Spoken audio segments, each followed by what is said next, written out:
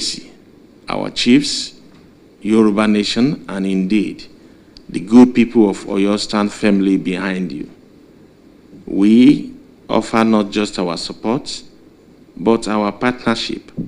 Let us make the Oyo Empire a model of region development, one that echoes the greatness of our past and aligns with your vision for a prosperous Nigeria. May the Almighty God continue to strengthen you, your hands, guide your hearts, and grant your administration the wisdom to unify and uplift the beloved nation. The king commended the president for bold economic reform, infrastructural development, instituting social welfare, youth empowerment, and improvement in security and investment in agriculture. Kike Lomo Okere, Global Television News. The Senate has held an interactive section with critical stakeholders from various sectors to harmonize ideas and agenda for the forthcoming two-day National Security Summit. Experts and key players from telecommunications, information and communication technology, ICT, security and other sectors were brought together at the National Assembly Complex in Abuja for the interactive section with the Senate Committee on ICT and Cybersecurity led by Senator Afolabi Shuaib. Speaking during the event, Senator Shuaib says technology has become a double-edged sword that fuels economic growth. The Chief of Defense Staff, General Christopher Mustafa, has reassured Nigerians that the armed forces are intensifying operations to confront insecurity across the country, especially in the face of growing threats spilling over from the Sahel region.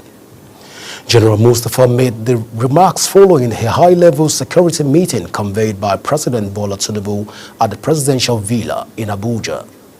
Briefing newsmen after the meeting, Musa said the gathering reviewed the country's security landscape and outlawed new strategies for enhanced coordination and response. The National Hajj Commission of Nigeria says it has transported 20,515 Nigerians pilgrims to the Kingdom of Saudi Arabia for the 2025 Hajj in 1 week. NACON disclosed this in a statement by its Principal Information Officer, Malam Shafil Mohammed in Abuja. It was reported that Vice President Kashim Shettima had, on May the 9th, declared the inaugural flight open in Owerri, the Imo State capital.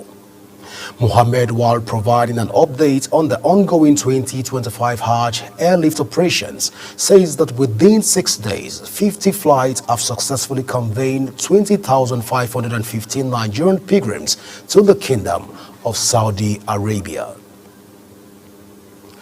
The Imo State Governor, Hope Uzodinma, says security is a collective responsibility and has called on citizens to actively support security agencies in combating crime.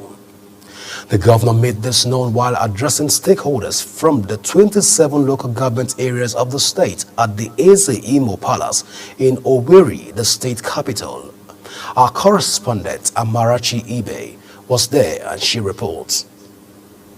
At a critical stakeholders meeting held at Eze Imo Palace in Owerri, the state capital, Governor Hope Uzodinma reinforced the message that security cannot be left solely in the hands of the government. The governor emphasized the importance of grassroots vigilance, noting that Imo communities are structured in a way that makes it difficult for criminal elements to operate unnoticed unless aided by insiders. I would like to beg the President General,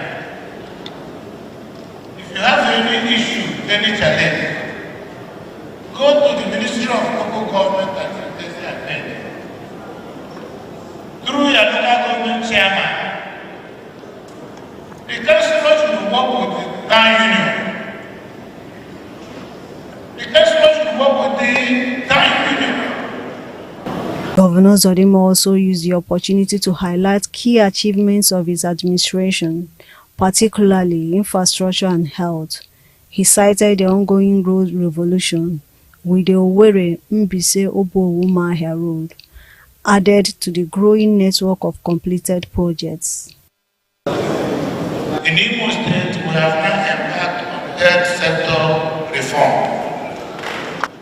We will make available a world-class health center, minimum one in each INEC ward. It's not to build a health center and abandon it. There will be quarters for those working here to live there. Governor Uzodimma reaffirmed his administration's commitment to development across all sectors and expressed satisfaction with the state's progress made possible through the support of the people. From Owerri, Amarachi Ibe, reporting for Global TV News.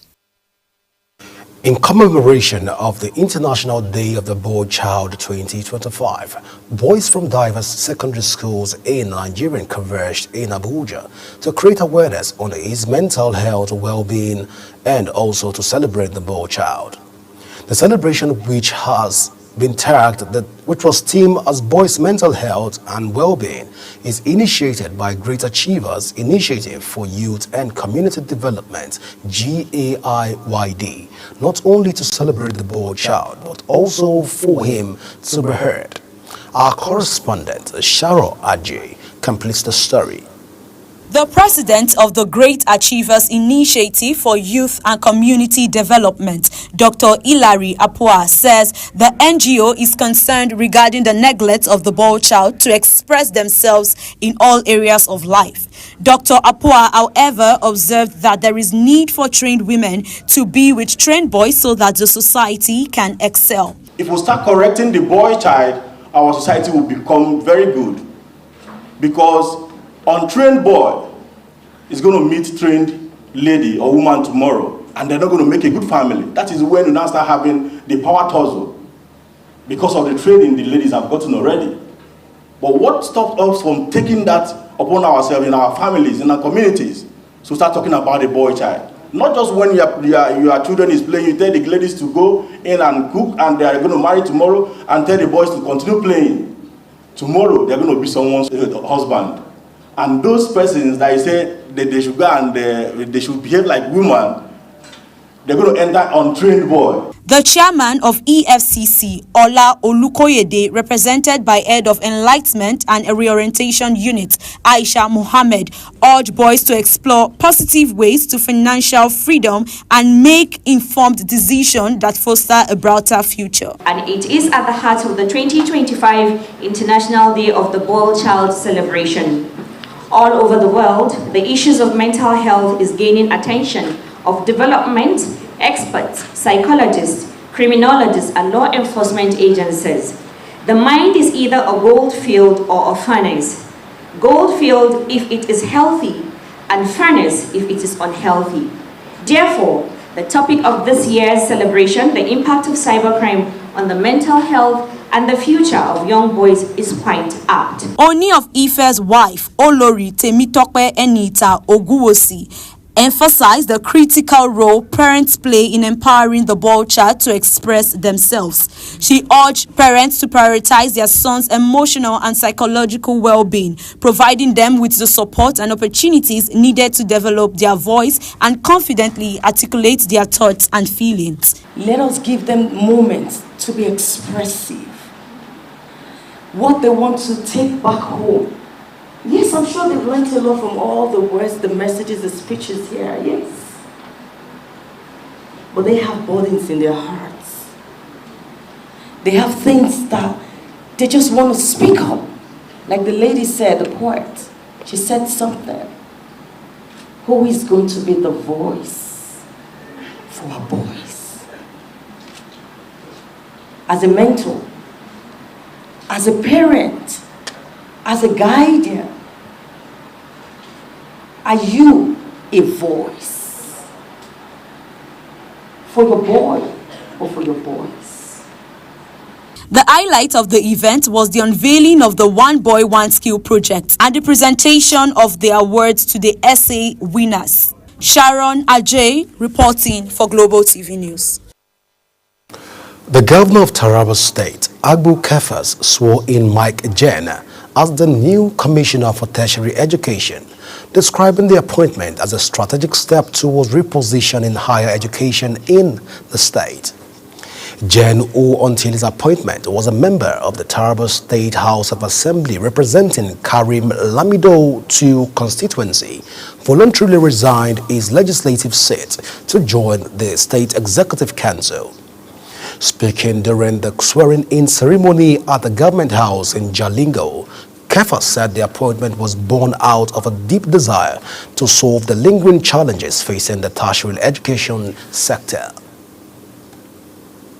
Benue State Governor Ayesent Alia has expressed his administration's unwavering support for security agencies in their mission to maintain peace and order across the state. The governor, represented by his deputy, gave the assurance while receiving the zonal commander of the Nigerian Security and Civil Defense Corps, Zone 8 Makurdi, Assistant Commandant General Solomon T. Iyamo, at the Government House in Makurdi. Our correspondent, Felicity Ndere, reports. Assistant Commandant General Solomon Iyano stated that the visit was to formally introduce the Zone 8 Command to the state government and to strengthen cooperation in safeguarding lives and property. We are here, my command is here, and I believe the command has been synergizing with the state and other security agency and other stakeholders. And we are here also, sir, to also seek such collaboration with the states where we can come in. In every area we can come in, rendering our services, even though the state command has been doing very, very well. Receiving the delegation on behalf of the governor, Deputy Governor Sam Odi commended the Civil Defense Corps for its role in protecting critical infrastructure and regulating mining operations across the state. I convey to you the assurances of the governor, the government, and the people of Benue State that we shall cooperate with you and all the members of your corps towards the greater objective to keep our territory very safe, away from organized crime and all the asymmetric warfare that we are witnessing lately, not only in Benue State but in other states of the Federation. He urged the Corps to remain steadfast in carrying out its mandate of ensuring the safety and security of residents across the state. In Makurdi, Felicity Ndere, reporting for Global TV News. The bill seeking to establish a national agency for food malaria eradication has passed second reading in the Nigerian Senate during plenary session. The sponsor of the bill, Senator Ned Nwoko, emphasized that malaria is a national emergency affecting maternal health, economic productivity, and overall national development, underscoring the urgency of creating NAME to coordinate malaria eradication efforts. Our correspondent was there and reports. Senator Ned Nwoko says the establishment of National Agency for Malaria Eradication is expected to enhance coordination, resource mobilization, and implementation of malaria interventions to reduce the disease prevalence and mortality rate in Nigeria. Malaria is not merely a public health issue. It is a structural crisis that impairs maternal health, drains economic productivity, and impedes national development. It accounts for approximately 11% of maternal mortality in Nigeria, contributing to severe anemia, miscarriages, stillbirths, infant deaths, tragic outcomes that disproportionately affect our most vulnerable citizens. Several senators expressed strong support for the bill, highlighting the heavy malaria burden on Nigerians' population. Malaria impact on infant mortality shows the impact on families and the impact it has where the young are most vulnerable. This bill will focus our attention on eradicating malaria or at least in the first instance, reducing the impact in terms of death and in terms of sickness amongst the Nigerian people. The time has come for us to look critically at this problem and to proffer solutions that will address the problem. Why I say so is because the lives of Nigerians and the devastating effect of malaria is beyond comprehension. The Deputy President of the Senate, Senator Barau Jubril, backed the bill calling for a comprehensive and strategic approach to tackle malaria nationwide. To establish National Agency for Malaria Eradication and for related matters, 2025 second reading taken. The bill is referred to the Committee on Health to report back within 4 weeks. A public hearing on the bill is anticipated by June 2025, with calls for support from government agencies, health organizations and research institutions to ensure its passage and effective implementation. Godwin Sunday, reporting for Global Television News. And in business, Nigerians in the diaspora will be required to pay 80,000 naira, which is equivalent to $50, to obtain a non-resident bank verification number remotely. The CBN, in collaboration with the Nigerian Interbank Settlement System, launched the NRBVN platform to simplify the process for Nigerians living abroad to obtain their bank verification number, BVN, remotely, eliminating the need for in-person verification. The NRBVN initiative is seen as a major milestone in the CBN's efforts to expand financial inclusion and integrate the Nigerian diasporas into the country's economic activities. Ekiti State government has taken delivery of 110 solar-powered pumps and accessories for the construction of another set of 110 water sanitation and hygiene facilities across the state. The Commissioner for Infrastructure and Public Utility, Professor Mobolaji Aluko, says that the solar-powered pumps would be installed in 55 schools and 55 health centers across the state as part of efforts to guarantee adequate provision of potable water, sanitation and hygiene to residents.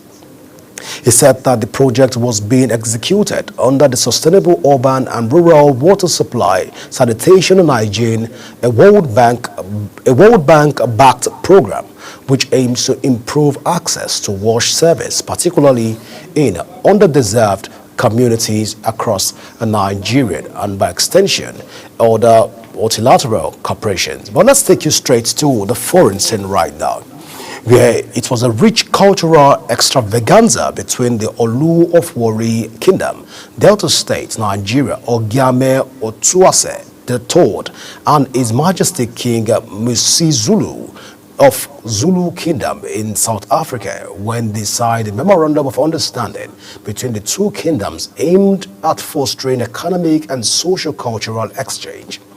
The signing of the MOU between the respected African monarchs took place at the Makwangeni Royal Palace in Zulu Natal came as the Olu of Warri emerged among the Global Reputation Forum 100 Most Reputable Africans award recipient, which was presented to him by former Deputy President of South Africa, Her Excellency Mbalu Ngwoku, in Johannesburg.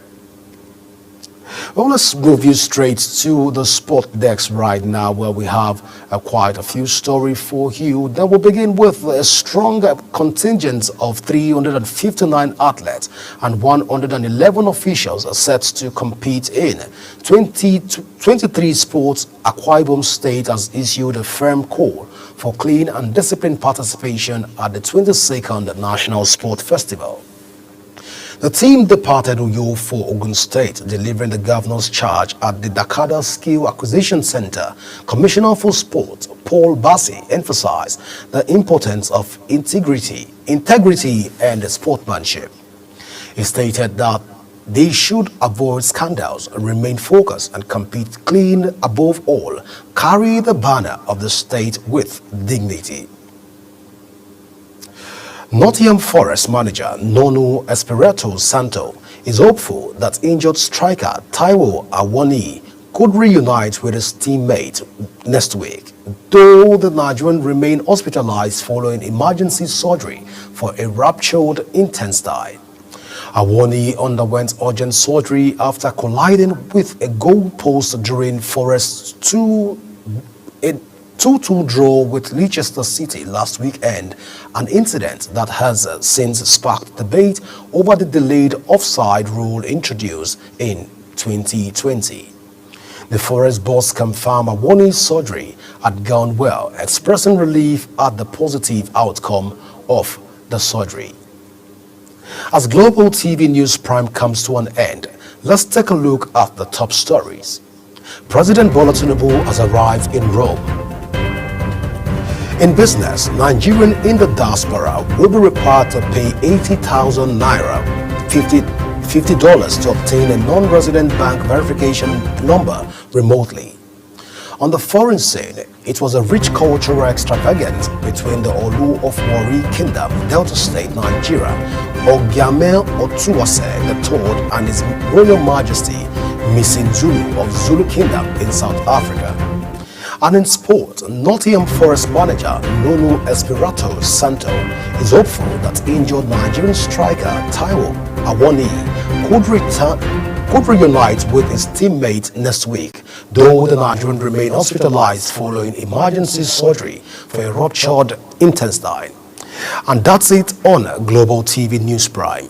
A quick reminder that Global TV is on DSTV channel 365 and StarTimes channel 276. Kindly follow us across all our social media platforms now showing on your screen using @Global TV NG. You can also download the Global TV Nigerian app from Android and iOS devices to keep track of our broadcasts. I am Godwin Sunday. Thank you for watching.